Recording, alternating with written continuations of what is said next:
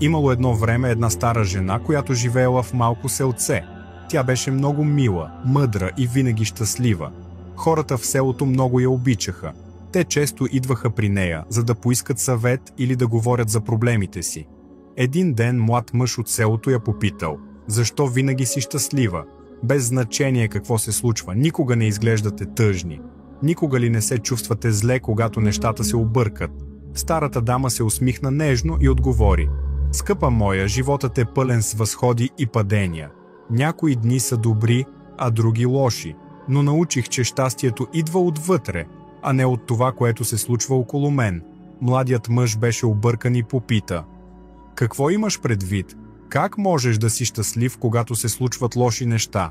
Дамата му разказа история от собствения си живот. Когато бях млада, имах семейство, съпруг и деца. Не бяхме богати, но бяхме щастливи. Един ден съпругът ми се разболя и нямахме достатъчно пари, за да си купим лекарства. Опитахме всичко, но той почина. Това беше най-тъжният ден в живота ми. Плаках и плаках. Мислех, че никога повече няма да бъда щастлив. Младият мъж слушаше внимателно, докато старата дама продължи разказа си. След известно време разбрах, че това, че съм тъжен през цялото време, няма да върне съпруга ми. Децата ми имаха нужда от мен и трябваше да намеря начин да бъда отново щастлива. Започнах да гледам на живота по друг начин. Разбрах, че животът винаги ще има добри и лоши моменти, но реших, че няма да позволя на лошите моменти да откраднат щастието ми. Младият мъж я погледна изненадано. Но как го направи? Той попита. Старата жена се усмихна и каза: всяка сутрин, когато се събудя, си казвам: днес е нов ден и ще намеря нещо, за което да се радвам.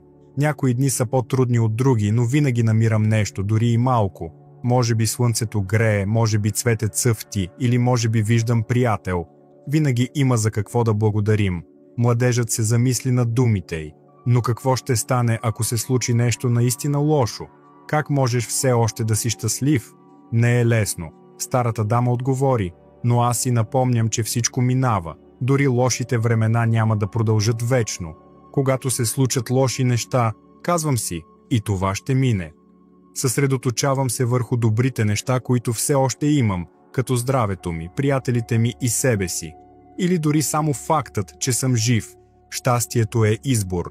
Можете да изберете да се съсредоточите върху лошите неща и да сте тъжни, или можете да изберете да намерите добрите неща и да бъдете щастливи. Не винаги е лесно, но е възможно. Младежът благодари на старата жена за мъдрите й думи. Той напусна дома й и реши да опита нейния съвет. От този ден нататък той се опитваше да намери нещо добро във всяка ситуация, точно като старата дама. Бавно осъзна, че животът му става по-добър, дори когато нещата се объркат. Научи се да остава позитивен и да намира щастието в малките неща. Историята на възрастната жена се разнесе из селото. Все повече хора започват да разбират, че щастието не е в това какво имаш или какво ти се случва, а в това как виждаш живота. Те се научиха да бъдат щастливи във всяка ситуация, точно като мъдрата възрастна дама. И така селото стана по-щастливо място, благодарение на старата жена, която ги научи на всички тайни на истинското щастие. Щастието е избор, който идва отвътре. Без значение колко труден може да бъде животът, можем да намерим радост в малките неща и да изберем да се съсредоточим върху доброто. Предизвикателствата на живота ще преминат, но положителната нагласа ни помага да останем силни и доволни. Благодаря ви за гледането. Ако сте намерили тази история за вдъхновяваща и полезна, моля, изразете подкрепата си, като харесате видеоклипа и оставите коментар. Ако не сте сигурни какво да коментирате, просто напишете КТ100, за да ме уведомите, че сте гледали до края. Не забравяйте да се абонирате за канала и да го споделите със семейството и приятелите си. Надявам се това съдържание да ви е харесало.